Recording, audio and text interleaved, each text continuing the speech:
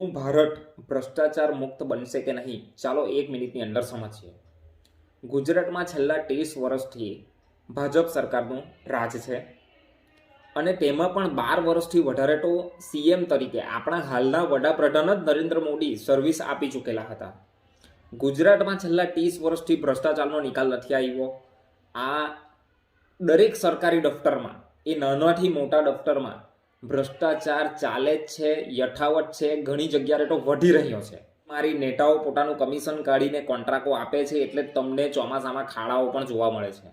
કે ઓરેવા ઘડિયાળ બનાવતી કંપનીને મોરબીનો પુલ સાચવવાનો કોન્ટ્રાક્ટ આપેલો હતો અને એ પુલ તૂટ્યો અને કેટલા લોકોએ પોતાના જીવ ગુમાવ્યા, કેટલા બાળકોએ ગુમાવ્યા, એનું જીવતું જાગતું ઉદાહરણ છે. તો 30 વર્ષથી ગુજરાતમાં રાજ કરીને જો ભાજપ સરકાર જો ભ્રષ્ટાચાર મુક્ત ગુજરાત નહીં બનાવી શકી, તો આપણો દેશ કઈ રીતે ભ્રષ્ટાચાર મુક્ત બનશે નરેન્દ્ર મોદી અને ભાજપના રાજમાં? આ વિચારવાની વસ્તુ છે. 1 મિનિટમાં મેં સાબિત કરી દીધું. જય હિન્દ, જય ભારત.